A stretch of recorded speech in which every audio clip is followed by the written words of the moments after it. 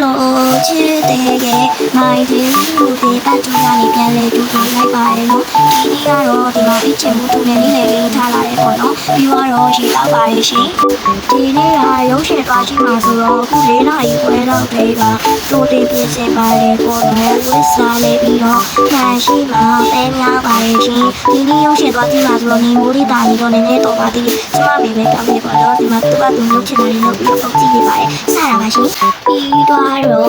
ဇက်ကားကြည့်ဖို့အချိန်ရတယ်နည်းနည်းပိုနေရတယ်ပေါ့နော်ကျမရဲ့ဝါဒနာဖြစ်တဲ့ပုံဆွဲတာကိုစတင်ပြီးလုပ်ပါတော့တယ်ပြီးတော့ကြောင်ကျိုးကြောင်ကြားကမရှိရှိတဲ့စာအုပ်တွေကိုထုတ်နေပါတယ်ပေါ့နော်စာအုပ်ဆိုမှပဲတခါရဲတော့လိုက်မယ်ပေါ့နော်ဒီဗီဒီယိုကြည့်နေတဲ့အချိန်မှာဒီလိုကလေးတွေပါတယ်လို့ကြည့်ပါလိမ့်တော့နော်ဒီအင်္ဂလိပ်ပုံစာအုပ်တွေရတယ်အရင်လည်းဖတ်လို့ကောင်းတယ်ပြီးတော့ vocabulary လည်းကျွဲပါတယ်ပေါ့နော်ပြီးတော့ဒီမှာဒီစာအုပ်တော့အုပ်တယ်မဟုတ်ပါဘူးဒါပြလာတဲ့စာအုပ်တွေအများကြီးပါတယ်ပြီးတော့သူစာအုပ်ဖတ်ပြီးရဲ့စာအုပ်ရဲ့အနောက်မှာပေါ့နော်အစားတဲ့